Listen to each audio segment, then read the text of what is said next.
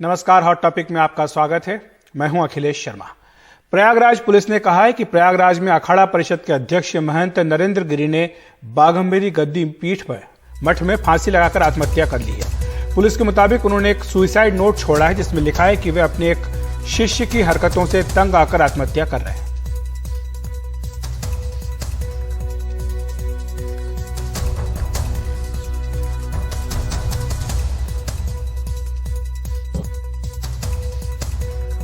हम लोग को जानकारी मिल रही कि उनकी आकस्मिक मौत हुई। अब ऐसा संभव नहीं है, लेकिन अब जब तक कोई जांच न हो जाए, लेकिन हम लोग इस प्रशासन से, मुख्यमंत्री से प्रबल विरोध करते हैं कि इसकी जानकारी होनी चाहिए और ऐसे लोगों के खिलाफ कार्रवाई की जानी चाहिए, अन्यथा पूरा प्रदेश, पूरा देश इसके लिए आंदोलन करेगा। अखाड़ा परिषद के अध्यक्ष श्री नरेंद्र गिरी जी की जो बारे में सूचना अभी आई है वो बड़ा ही मर्माहत करने वाला है। जिस प्रकार से खबरें आ रही है कि उन्होंने आत्महत्या कर लिया, ये समझ से परे है। कोई भी संत जो संघर्ष से निकला हुआ है वो कभी आत्महत्या नहीं करेगा। वो तो दूसरे को प्रेरणा देने का काम करता है। संत तो दूसरे को प्रेरणा देते हैं, जीवन जीने की प्रेरणा देते हैं, जीवन को आगे ले चलने की प्रेरणा देते हैं। तो इसलिए हम इस पे बड़ा ही हतप्रद हैं, आश्चर्यचकित हैं। हमारे सहयोगी कमाल खान हमारे साथ जुड़ रहे हैं इस खबर पर अधिक बातचीत करने के लिए। कमाल, अभी आपने सुना होगा जो समर्थक है वो ये कह रहे हैं कि वो ये बात मान ही नहीं सकते कि ये आत्महत्या करें, लेकिन पुलिस ने साफ तौर पर कहा है कि एक सुसाइड नोट मिला है। क्या कह रही है पुलिस की, क्या बातें हैं इस सुसाइड नोट में जिसके चलते वो इस निष्कर्ष पर पहुंची है कि उन्होंने आत्महत्या किया? नहीं, देखिए, ऐसा है कि पुलिस के जो बड़े अधिकारी हैं वो ये कह रहे हैं कि जब बाघम्बेरी मठ में जिस कमरे में वो रहते थे उनके कमरे का दरवाजा नहीं खुला, उनके शिष्य लोगों ने काफी पीटा दरवाजे को और अंदर से आवाज नहीं आई, तो शिष्यों ने दरवाजा तोड़ दिया। अंदर उन्होंने देखा कि वो फांसी पे लटके हुए थे। उन्होंने पुलिस को सूचना दी, पुलिस ने वहां से एक सुसाइड नोट बरामद किया है। सुसाइड नोट में उन्होंने बहुत डिटेल में बहुत सारी चीजें लिखी हैं कि कौन उनका उत्तराधिकारी बनेगा, क्या चीज किसको मिलेगी। एक तरह से जो उनकी विल होनी चाहिए वो उसमें है। दूसरा, उन्होंने अपने शिष्य आनंद गिरी के ऊपर आरोप लगाया है कि वो उसकी हरकतों से तंग आकर के आत्महत्या कर रहे हैं। आनंद गिरी को बाघम्बेरी मठ का उन्होंने उत्तराधिकारी बनाया था। आनंद गिरी योग गुरु हैं और एक तरह से माना यह जाता था कि उनके पुत्र के समान हैं और उनके बाद उनके उत्तराधिकारी बनेंगे। और तो उनको उन्होंने मठ के उत्तराधिकारी पद से भी हटा दिया था और अखाड़े से भी बर्खास्त कर दिया था कुछ समय पहले। बाद में ये बताया गया कि आनंद गिरी ने माफी वगैरह मांग करके वो दोबारा वापस आ गए हैं, लेकिन ऑफिशियली उनका जो निष्कासन था वो वापस हुआ या नहीं, ये अभी बहुत साफ नहीं है। आनंद गिरी के बारे में पुलिस के लोगों का कहना है कि अभी उनके मन मुटाव इसलिए भी हो गए थे क्योंकि उन्होंने बिना नरेंद्र गिरी को बताए हुए हरिद्वार में कोई आश्रम बनाया था, कोई जमीन खरीदी थी या कोई पेट्रोल पंप ले लिया था। इस तरह की बहुत तरह की गतिविधियां थी जिससे लेकर के उनका झगड़ा था। अभी आनंद गिरी जो हैं 1-2 साल पहले ऑस्ट्रेलिया में सिडनी के सबर्ब में ऑक्सले पार्क से गिरफ्तार कर लिए गए थे। 2 महिलाओं ने उनके ऊपर सेक्सुअली असॉल्ट करने का आरोप लगाया था, तो उसमें वो गिरफ्तार हो गए थे, जेल चले गए थे। बाद में उनके वहां के शिष्यों ने, जो काफी बड़े लोग हैं ऑस्ट्रेलिया में, उन्होंने पैरवी वगैरह की और वो वहां से जो कुछ भी हुआ, कैसे मुकदमा चला, क्या हुआ, लेकिन बहरहाल उसमें वो छूट गए और वापस हिंदुस्तान आ गए थे। उससे भी नरेंद्र गिरी की छवि बहुत के ऊपर असर पड़ा क्योंकि आनंद गिरी उनके पुत्र की तरह रहते थे। तो पुलिस के लोगों का कहना है कि ये जो सुसाइड नोट है, इस सुसाइड नोट में उन्होंने आनंद गिरी को अपनी आत्महत्या के लिए जिम्मेदार बताया है। तो आगे पुलिस किस तरह की कार्रवाई करेगी, क्योंकि अगर आत्महत्या की है उन्होंने और कहा है, एक तरह से जिम्मेदार ठहराया अपने शिष्य को, तो पुलिस आगे किस तरह की कार्रवाई करने की बात कह रही है? और हम देख रहे हैं कमाल की तमाम, चाहे वो अखिलेश यादव हो या फिर मुख्यमंत्री योगी आदित्यनाथ हो या प्रदेश कांग्रेस कमेटी हो, सबने शोक संदेश अपना दिया है। हाँ, देखिए, वो 14 जो अखाड़े हैं देश के, उनका जो एक समूह है उसके वो अध्यक्ष हुआ करते थे। पहले ज्ञानदास उसके अध्यक्ष थे, जो हनुमानगढ़ी के भी महंत हैं, और 2016 के शुरू में नरेंद्र गिरी को उसका अध्यक्ष बनाया गया था। ये एक बहुत शक्तिशाली संस्था है, और वैसे वो अखिलेश यादव के भी बहुत करीबी थे, और मुलायम सिंह यादव या अखिलेश यादव जब कुंभ में स्नान करने जाते थे तो नरेंद्र गिरी जी खुद उनको स्नान कराने ले जाते थे, खुद उनके साथ स्नान भी करते थे, और उनके बहुत तरह के राजनीतिक लोगों में उनका असर था और मान्यता थी। शुक्रिया कमाल आपका इस तमाम जानकारी के लिए। बात करते हैं मध्य प्रदेश की, जहां पूर्व मुख्यमंत्री और बीजेपी नेता उमा भारती का एक वीडियो वायरल हो रहा है, जिसे लेकर काफी विवाद हुआ है। यह वीडियो शनिवार का है। भोपाल में ओबीसी महासभा का एक प्रतिनिधि मंडल उनसे मिलने पहुंचा था। बातचीत में उन्होंने नौकरशाही के लिए अमर्यादित शब्दों का प्रयोग किया। विवाद बढ़ने पर उमा भारती ने अब से कुछ देर पहले ट्वीट कर माफी भी मांग ली है। पहले देख लेते हैं कि उस वीडियो में उन्होंने क्या कहा था।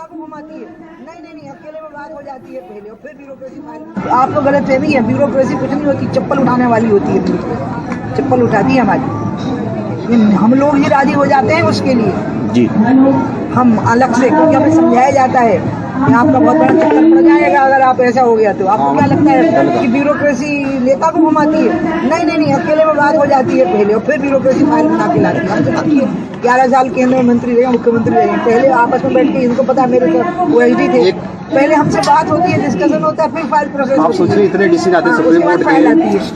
मध्य प्रदेश की पूर्व मुख्यमंत्री उमा भारती जी का एक बयान, एक वीडियो सोशल मीडिया पे वायरल हो रहा है, जिसमें वो आरक्षण को लेके भी सवाल उठा रही है कि सब प्राइवेटाइजेशन कर दिया, आरक्षण तो धरा रह जाएगा। ब्यूरोक्रेसी को लेके वो तमाम विवादास्पद बातें कह रही हैं कि ब्यूरोक्रेसी की औकात क्या है, वो तो हमारी चप्पल उठाती है, उनको वेतन हम देते हैं, उनकी पोस्टिंग हम देते हैं, तमाम तरह की बातें ब्यूरोक्रेसी को लेकर कर रही है। कांग्रेस के इस वीडियो पे सवाल उठा के भाजपा नेतृत्व से पूछना चाहती है कि क्या उमा जी के बयान से भाजपा नेतृत्व सहमत है कि नहीं, भाजपा को स्पष्ट करना चाहिए। बात बढ़ने के बाद उमा भारती ने कुछ देर पहले ट्वीट करके सफाई दी। उन्होंने कहा कि मुझे रंज है कि मैंने असंयत भाषा का प्रयोग किया, जबकि मेरे भाव अच्छे थे। मैंने आज से यह सबक सीखा है कि सीमित लोगों के बीच अनौपचारिक बातचीत में भी संयत भाषा का प्रयोग करना चाहिए। मैं मेरे निवास पर पिछड़े वर्गों के एक प्रतिनिधि मंडल से मिली थी। ये मुलाकात औपचारिक नहीं थी। उस पूरी बातचीत का वीडियो मीडिया में वायरल हुआ है।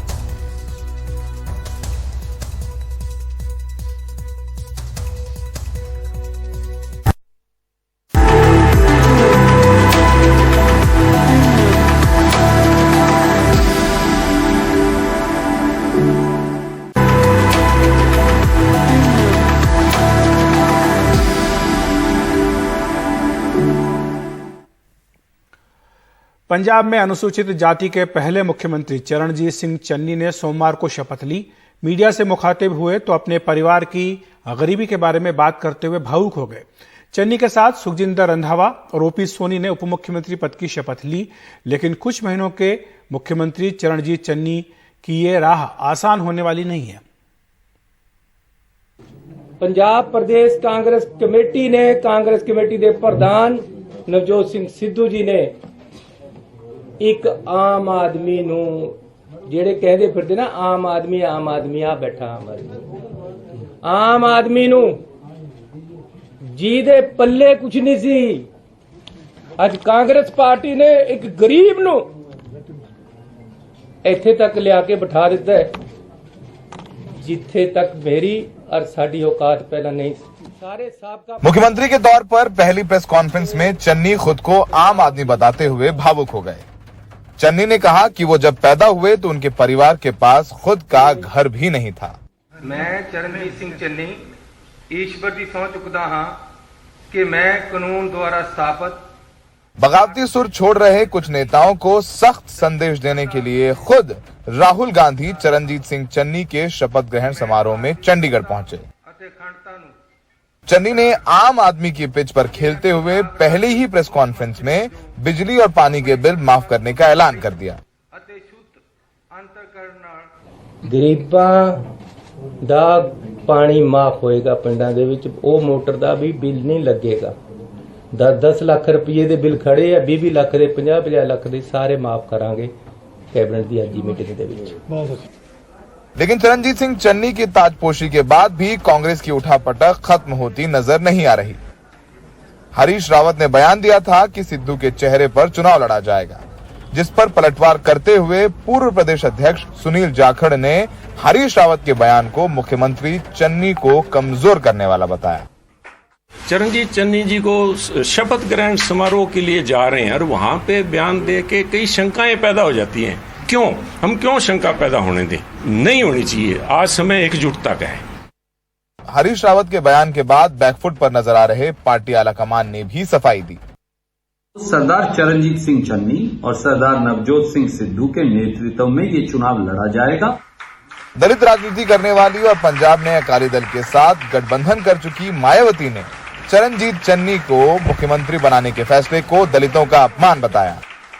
पंजाब में आगामी विधानसभा चुनाव इनके नेतृत्व में नहीं बल्कि गैर दलित के नेतृत्व में ही लड़ा जाएगा, जिससे भी ये साफ जाहिर हो जाता है कि कांग्रेस पार्टी का दलितों पर अभी तक भी पूरा भरोसा नहीं जमा है।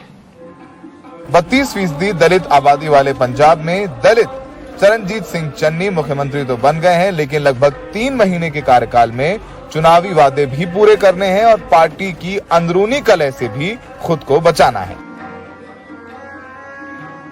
कैप्टन अमरिंदर पर हमेशा आरोप लगता रहा कि वो राजा की तरह रहते हैं, वो आम कार्यकर्ताओं से, लोगों से और यहाँ तक कि अपने विधायकों से नहीं मिलते हैं। यही वजह है कि जब चन्नी मुख्यमंत्री बनने के बाद मीडिया से मुखातिब हुए तो उन्होंने अपने परिवार की गरीबी के बारे में बात की। उन्होंने खुद को आम आदमी बताया और यही वजह है कि चन्नी के आम आदमी वाले बयान से जो गैप हो गया था लोगों और कैप्टन के बीच का, उस गैप को कम करने की कोशिश कांग्रेस और चन्नी दोनों कर रहे हैं। सहयोगी मोहम्मद गजाली, मनु नैयर और पवन के साथ सौरभ शुक्ला, एनडीटीवी इंडिया।